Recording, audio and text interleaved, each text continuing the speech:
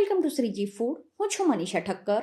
આજે આપણે શિયાળાની ઋતુમાં કે ઠંડીના દિવસો દરમિયાન મલાઈમાંથી માખણ ખૂબ જ ઓછા સમયમાં અને ઓછી મહેનતમાં કેવી રીતે અલગ કરવું એ જોઈશું.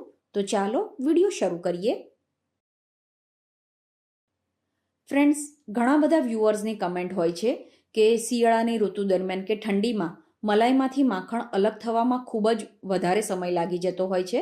તો આજે હું તમને એકદમ સિમ્પલ મેથડ બતાવવાની છું, જેનાથી મલાઈમાંથી માખણ બનવામાં ખૂબ જ ઓછો સમય લાગશે. તો શિયાળામાં તમારે મલાઈને જો ફ્રીઝમાં મૂકતા હોય તો ફ્રીઝમાંથી 2 કલાક પહેલાં, અને જો મલાઈને ફ્રીઝરમાં મૂકતા હોય તો ફ્રીઝરમાંથી 4 કલાક પહેલાં એને બહાર કાઢી લેવાની, અને મલાઈ રૂમ ટેમ્પરેચર પર આવે એ પછી જ એમાંથી માખણ બનાવવાનું છે. હવે આપણે આમ તો મલાઈમાંથી માખણ અલગ કરવા માટે નોર્મલ કે પછી રૂમ ટેમ્પરેચરનું પાણી યુઝ કરતા હોઈએ છીએ, પણ શિયાળામાં તમારે નોર્મલ પાણી યુઝ કરવાના બદલે ગરમ પાણીનો ઉપયોગ કરવાનો છે. તો હવે આ મલાઈ રૂમ ટેમ્પરેચર ઉપર છે, એમાં આપણે ગરમ પાણી એડ કરવાનું, અને પછી હેન્ડ મિક્સરથી કે પછી બ્લેન્ડરને હાઈ સ્પીડ ઉપર રાખીને એને ફક્ત 3 થી 4 મિનિટ માટે ફેરવવાનું છે.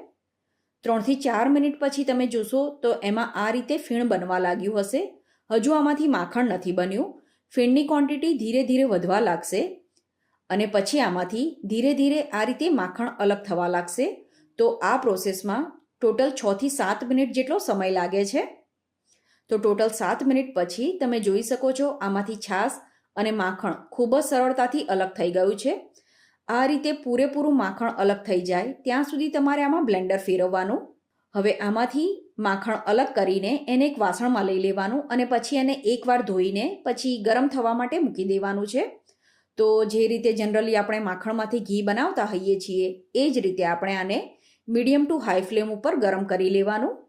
અને જ્યારે એનું જે કીટું છે એ આ રીતે લાઇટ બ્રાઉન કલરનું બની જાય એટલે ગેસ બંધ કરી દેવાનો, અને પછી આ ગરમ ઘીને ગાળી લેવાનું છે. ઘીને વધારે ડાર્ક કલરનું કૂક નહીં કરવાનું, નહીં તો એનો કલર પણ ડાર્ક આવશે, સાથે જ એમાંથી સ્મેલ પણ આવવા લાગતી હોય છે. તો આ સિમ્પલ મેથડથી તમે પણ શિયાળામાં ખૂબ જ ઓછા સમયમાં અને ઓછી મહેનતથી માખણ બનાવીને જરૂર ટ્રાય કરજો. અને તમને જો મારો આજનો વિડીયો હેલ્પફુલ લાગ્યો હોય તો એને લાઇક અને શેર કરી ચેનલને સબસ્ક્રાઈબ કરવાનું ના ભૂલતા.